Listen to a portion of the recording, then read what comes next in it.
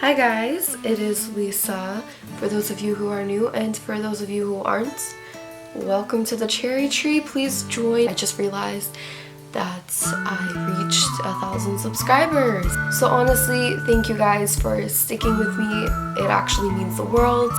It is that time of the month, and I mean that other time of the month too. But it is the time of the month where I immerse myself in literature because I simply do not have the time during other periods of my life. I need to stop using the wrong words. So personally, I really love suspense, anything scary, even if it's not during the Halloween season. If you're into that kind of thing, please stay and watch. Let's explore my new book collection. The first book is humongous, and it is the classic Tales of Horror, and it is by the Canterbury Classics, and I absolutely love this thing.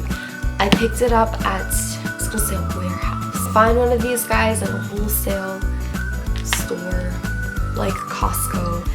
It is so pretty. I just want to start off by saying that because like lines with gold on the side, a purple bookmark right here. Because as opposed to going to a bookstore and individually picking up every single novel or short story, which I don't even know if you can do that. But considering that these are short stories, it is harder to just find them individually. It features a bunch of classics, a bunch of authors such as H.P. Lovecraft and Edgar Allan Poe. I'm getting really excited here.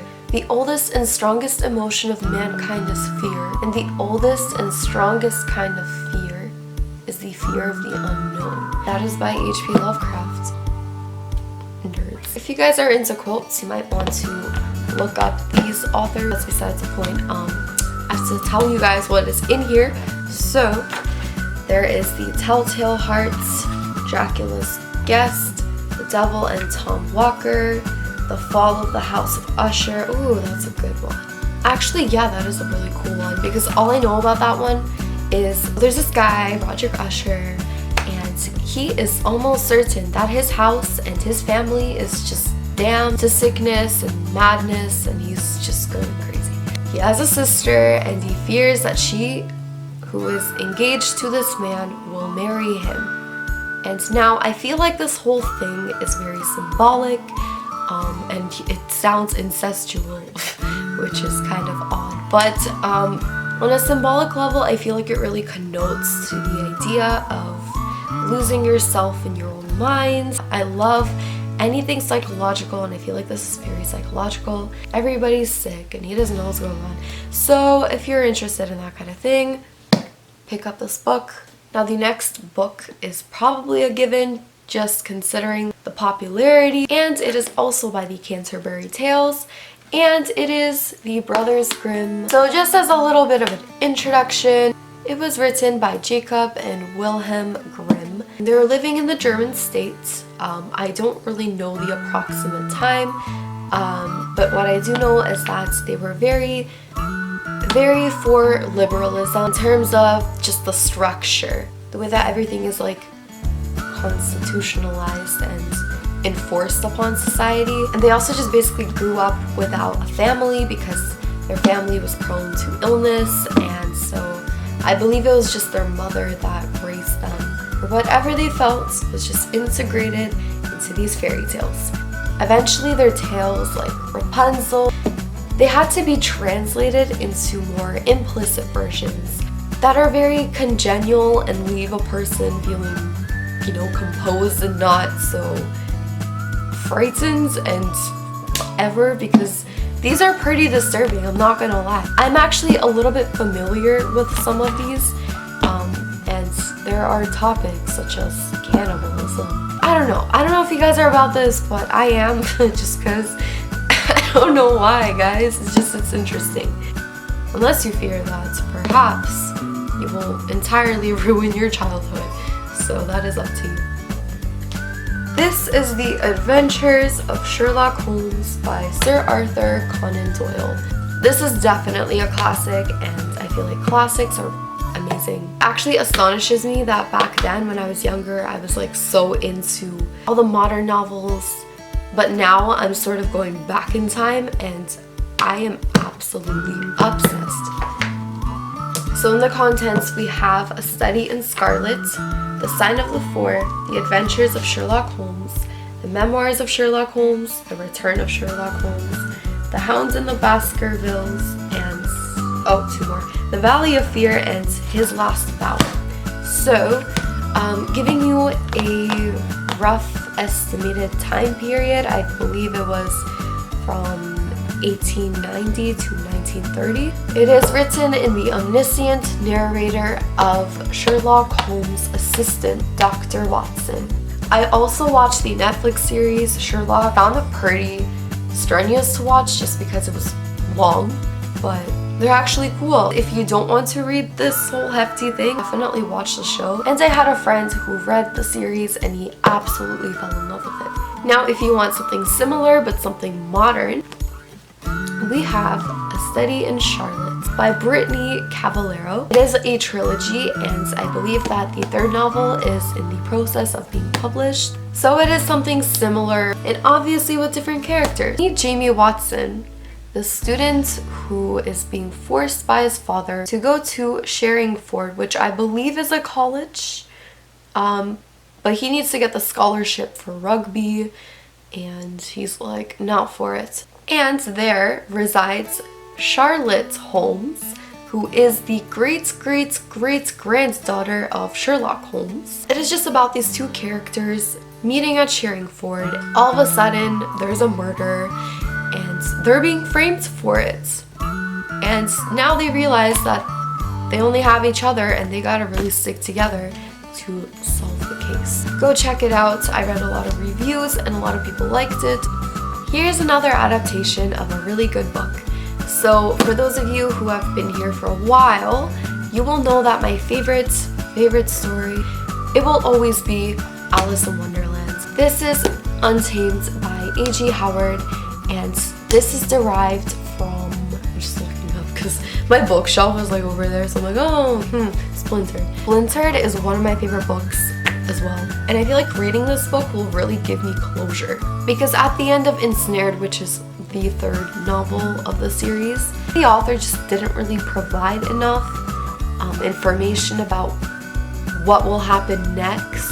It's supposed to cover the protagonist's return. She returns to Wonderland, and by she I mean Alyssa Gardner, who is another one of these great-granddaughters of Alice.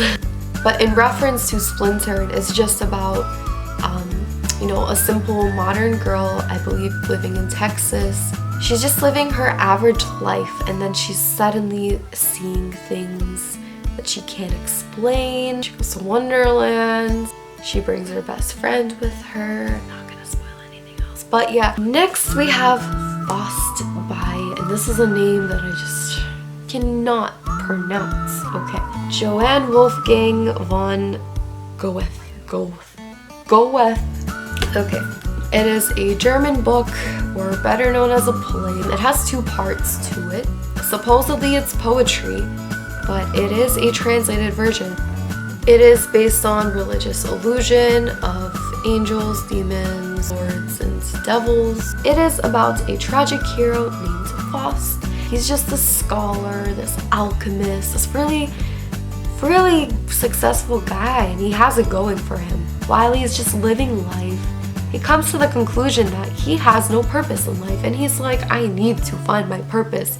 Otherwise, like, there's no purpose to life. Meanwhile, the Lord and the devil are having a whole bet about his outcome. So these would be very influential characters to his dynamics, his character growth. He ends up creating this potion, which supposedly, I can't say anymore, okay? You guys have to read it. So it's definitely not cliche, let's put it that way. So if you want something original, something philosophical, there you go. And then another classic would be The Thorn Burns by Colleen Mikoloff. I hopefully didn't butcher the name this time. This is a more recent classic, I believe about 40 years ago it was published. Correct me if I'm wrong. It is about an Irish family. They're called the Clearys, and in a span of 60 years. There's a lot going on, but they have this whole move from New Zealand to Australia due to economic reasons and the growth of a ranch. But essentially it's just about this girl named Maggie. She's this like adorable, like gorgeous girl. And once she moves, she ends up meeting this priest. He's very young, he's very outgoing, and it is just the story of them falling in love. And there are a bunch of other like problems on the side. It does have a lot of pages, but I mean, everybody has a different definition of how many pages is long or short.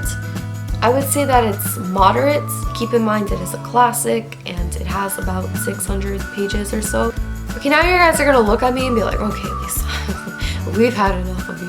I am introducing a French novel. Yes, it's in French, guys. En français. Those of you who don't know, I am really into languages. I currently, and by the way, I probably would like to introduce you guys to this app. There's this app and it's called Duolingo, and I've been teaching myself a bunch of languages. Very slow process, I'm not gonna lie. So far I have Ukrainian, Italian, Spanish, French.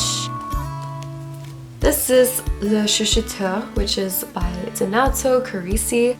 It literally translates to the whisperer, and I actually don't know why, but I did read the back, which is in French.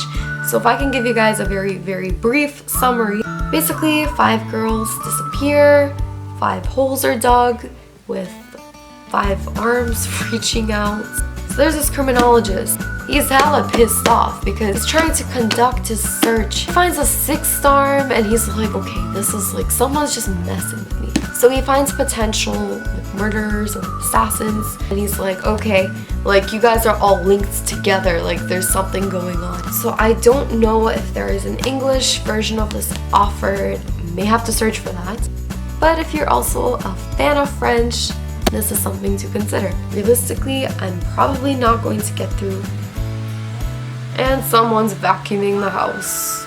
As I was saying, I probably won't get through all of these, but again, a lot of them are just short stories where I can just read a few chapters. I'm that kind of person that loves to read a bunch of books simultaneously. I really hope that you guys enjoyed this video and that you now have ideas for some books you want to read. Thank you so much, guys. If you have any video requests, please let me know, and I'll see you guys soon. Bye, guys!